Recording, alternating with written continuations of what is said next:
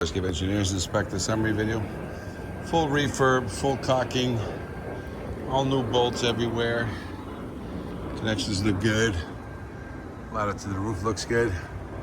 Obviously some structural cracking on the wall, but the stairs, treads, everything looks good. Issue a new certificate. Has been kept painted. It's got the full sun on it in the afternoon.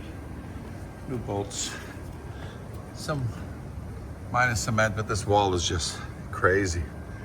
But you know, everything could use.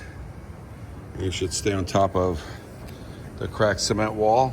So 5 years from now, that could be a concern. AC unit in the window should be taken out. Put one of those inside units that blows the air out. Otherwise, difficult for firemen to get in.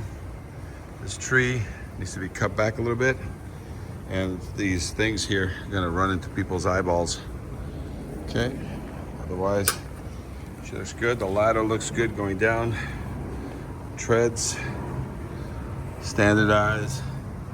Again, some cement work might be needed, but it's not a problem. This 5 year. AC in the window over there again. This could be problematic. All the bolts got changed on the supports.